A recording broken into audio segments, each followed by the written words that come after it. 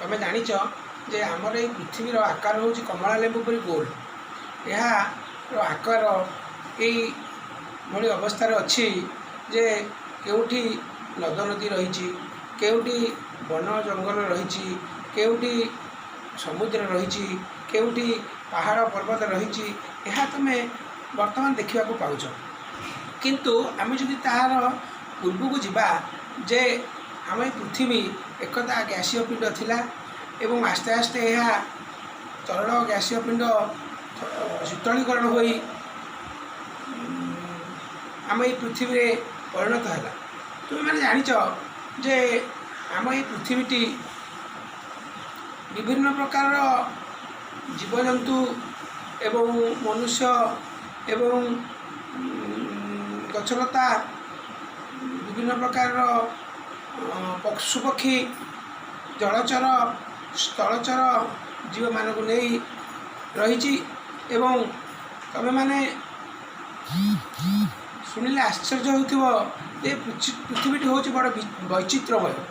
एठी विभिन्न भाषार लोक मैंने बास करती, विभिन्न धर्मर बास लोक मैंने बास करती, से खाद्यपेय अलग अलग, से वेशभूषा अलग अलग, से चालीचलना अलग अलग। एवं आमे जदि टिके पूर्व को जीवा आमे जानिबा जे ए पृथ्वीर जेतेबेले उत्पत्ति होइथिला मनीष माने जंगल रे पशुपक्षी मान सहित एकांत भाव में घूरी बुलूथिले। आस्ते आस्ते से माने समाज विभिन्न आवश्यकता को अनुभव कले एवं सेही आवश्यकता ताकू जीवार नुआ बाट देखला।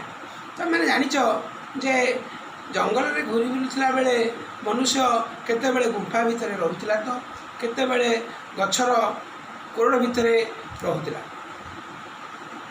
तार आवश्यकता अनुसार सी जितेबाला भोक को अनुभव कला जंगलर मांस को सी पोड़ी खाइला एवं आस्ते आस्ते विभिन्न आवश्यकता ही उद्भावन जननी।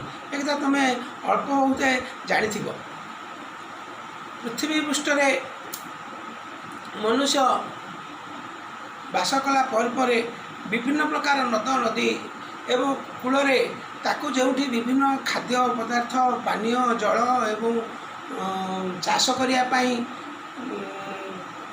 उर्वर मृत्तिका घन जनबसति स्थापन करने स्वास्थ्य उपयोगी जलवायुर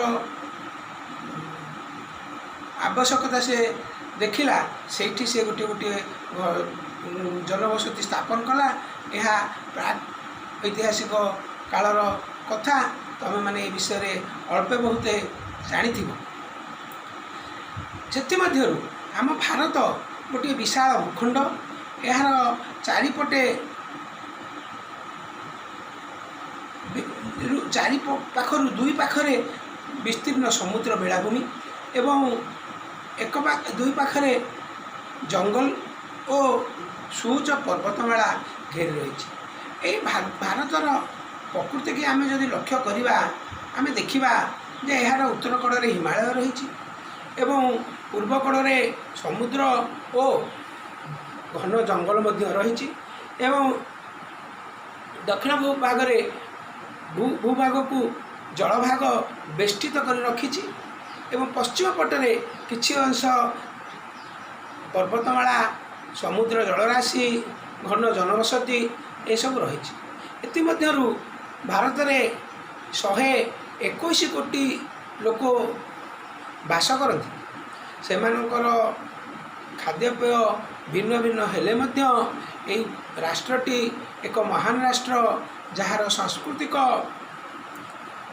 भावधारा अलग प्रकार। एठी जो भाषा व्यवहार करा जाए ताहा भिन्न, एठी लोकमान भितर जो खाद्य व्यवहार करा जाए ताहा मध्य भिन्न, से मध्य जो घर द्वार आकार प्रकार से भितर किए डेंगा तो किए गेड़ा का नाक चेप्टा तो किए गोरा किए कला तो किए बांगा।